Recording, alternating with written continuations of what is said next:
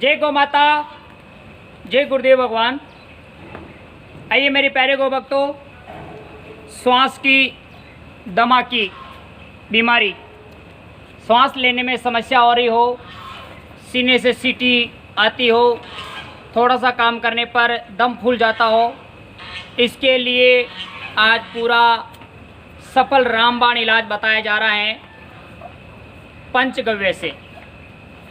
आइए मेरे प्यारे गौ भक्तों, जिनको भी श्वास की दमे की बीमारी हो, ध्यानपूर्वक सुने। कई सारों पे प्रयोग किया हुआ सफल फॉर्मूला आज जो आपको बताया जा रहा है, इनको पूरे ध्यानपूर्वक आप सुने और प्रयोग में लीजिए। इसका रिजल्ट आपको 5 दिन में आ जाएगा, जिसके श्वास की दमे की बीमारी है। आइए क्या करना है, जिसको श्वास की दमे की बीमारी हो, अड़ूसा और कंटकारी, पहाड़ी क्षेत्र में मिलता अड़ूसा और कंटकारी फसर कटेली भी बोलते हैं, जिसके बैंगन जैसे फल लगते हैं, ज़मीन पे फैलता है, पूरे पे कांटे कांटे लगते हैं, पीले पीले फूल आते हैं। पंसारी की दुकान पे जाओगे तो मिल जाएगा, नहीं तो अपने आसपास भी खूब सारा लग रहा। इन दोनों के पौधे जड़ से उखाड़ना है, उखाड़ कर अच्छा बढ़िया धो लो ताकि मिट्टी साफ हो जाए। फिर बाद में उसको डंडे से कूट लो, चूरा हो जाए। इसके बाद इसको सूखा दो। सूखने के बाद में क्या करना, इन दोनों को मिक्स कर लो और 1 मुट्ठी दोनों का चूरा आप ले लीजिए और 1 लीटर देसी गाय माता का गौमूत्र, मिलावटी जानवर का ना हो, ध्यान रखना, वरना बीमारी ठीक होने की जगह और बढ़ जाएगी। जर्सी अमेरिकन मिलावटी जानवरों का लेने से बीमारियां बढ़ जाती हैं, तो सावधानी रखना। देसी गाय माता के गौमूत्र में इसको धीरे धीरे उबालो, इतना सारा उबालो कि वो लगभग 100-150 ग्राम रह जाएं। फिर बाद में इसका क्या करना, आधा आधा कप सुबह शाम और दोपहर, दिन में 3 टाइम खाली पेट लीजिए। ऐसा 5 दिन करो। 5 दिन में श्वास में आपको फर्क दिखेगा। अगर 15-20 दिन लिया तो दादाजी बोलेंगे, जिसके श्वास की बीमारी वो बोलेंगे अब मेरा ठीक होने लगा। 1.5-2 महीना ले लिया तो एकदम दादाजी बोलेंगे अब तो मेरे दमे की बीमारी कंप्लीट हो गई। और अगर 3 महीने इस दवाई को ले लिया, ज़िंदगी में कभी वापस श्वास की दमे की बीमारी नहीं होगी। इसके साथ साथ में और मैं बता रहा हूँ, अड़ूसा व कंटकारी का काढ़े के साथ में आपको क्या करना है, गौमूत्र के अंदर अजवाइन व लौंग का चूर्ण बराबर मात्रा में मिलाकर 5-5 ग्राम ले लो, अजवाइन और लौंग, और गौमूत्र में इसका कूट कर मिलाकर आप पीजिए। और गोबर के कंडे के ऊपर मिश्री और अजवाइन की धूप दो, उसका जो धुआं निकलता है उसे नाक से सूंघो, जिससे आपके दमे में बहुत आराम रहेगा।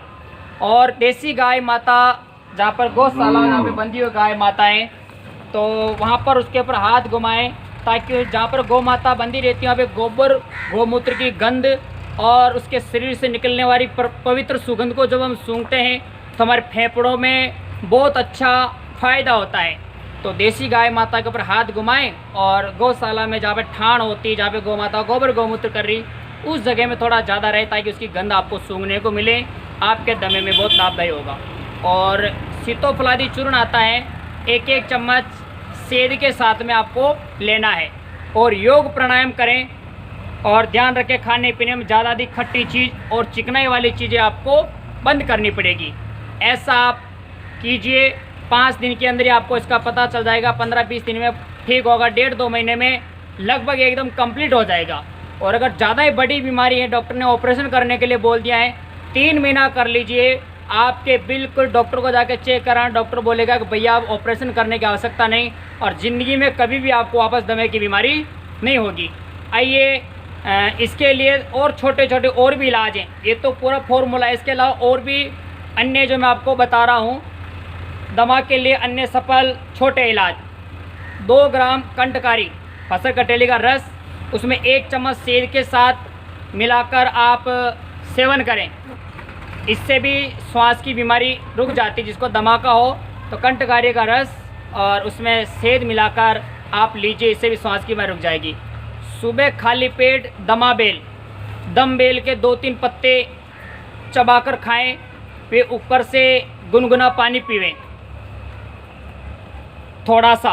ये 3 से 5 दिन तक करें। अगर शुरू में आपको उल्टी आती हैं तो चिंता नहीं करें, आप 4-5 दिन कर लिया तो आपके सांस की बीमारी रुक जाएगी।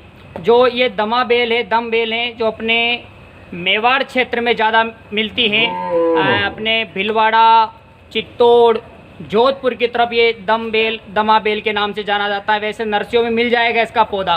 तो इसके बस 2-4 पत्ते आप तोड़कर बारीक बारीक चबा लीजिए। ऐसा 4-5 दिन कर लीजिए। बहुत ही अच्छा रामबाण इलाज है ये अपने दमा के लिए। इसको इसलिए इसका नाम दमा बेल है।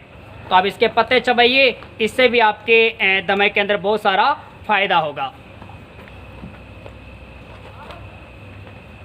लहसुन की गुड़ी होती है, 2 कच्ची गुड़ी खाली पेट चबाकर आधे घंटे के बाद में मुलेठी आधा चम्मच मिलाकर आप इसका सेवन करें।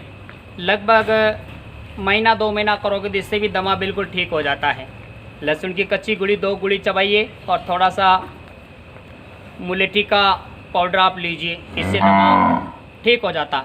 गेंदे के फूल को सुखा लीजिए और उसके जो बीज होते हैं उसके बीज और मिश्री के दाने को बराबर मात्रा में ले लो, 5-5 ग्राम, और इनका 5-7 दिन आप सेवन करोगे तो इससे भी आपके खांसी में और दमे के अंदर बहुत अच्छा असर रहता है, बहुत अच्छा रिजल्ट आएगा इसका। आगे और है कि अंगूर का रस 50 ग्राम ले लीजिए, उसको गर्म करके पिलाइए। अंगूर का 50 ग्राम रस गर्म करके दमा के पेशेंट को पिलाते हैं तो इससे भी बहुत अच्छा आराम रहता है। आइए, तुलसी रस, अदरक रस व सेंध को बराबर मात्रा में लेके मिश्रण करो और रोज़ 1-2 चम्मच आप सेवन करना, ये बहुत ही लाभदायी है। और अजवाइन व लौंग को सेक कर कपड़े में लपेट लो और रात को जब सोते हो उस समय सिर के पास में रख दीजिए। इससे क्या कि रात को सोते वक्त नींद में जो दमा से होने वाली परेशानी आपको परेशान नहीं करेगी। लौंग और अजवाइन को सेक कर कपड़े में ले लीजिए और पास में रखने से रात को नींद में दमे की समस्या अपने को ज़्यादा अधिक नहीं होगी। मेरी प्यारे गौ भक्तों, आज दमे की बीमारी बताई है, इससे लोग काफ़ी परेशान हो रहे हैं। आप इसको सुने, आगे गौ भक्तों तक भेजें। ये आप अगर इन प्रयोगों को किया, मैंने पहले बताई थी विधि, उसका पालन करें और उसके बाद में अन्य छोटी छोटी और मैंने बताई थी, है ना, बीच में गैप दे देकर आपको बताया तो आपके समझ में आ गया होगा कि ये अन्य और भी उपचार, इनको भी लोगे। अगर मान लीजिए वो सारा फसर कटेली अड़ूसा ये मिल जाए तो बढ़िया, वो नहीं मिले तो आप गेंदे के फूल का है या तुलसी रस का है, मैंने सारा बताया, तो इनका भी आप प्रयोग करके अपने दमे को बिल्कुल ख़त्म कर सकते हो। मेरे प्यारे गौ भक्तों, योग प्राणायाम करना, श्रद्धा भाव से गौ माता की सेवा जरूर करना। पंचगव्य औषधि गौ सेवा और गौ श्रद्धा पर ही निर्भर करती हैं। तो मेरे प्यारे गौ भक्तों, श्रद्धा के साथ, सम्मान के साथ गौ माता की सेवा करते हुए आप इन औषधि का पालन कीजिए। निश्चित रूप से मैं पूरे हृदय के साथ कहता हूँ कि दमे की बीमारी इससे खत्म हो जाएगी। जय गौ माता, जय गुरुदेव भगवान। नियमों का पालन जरूर करना।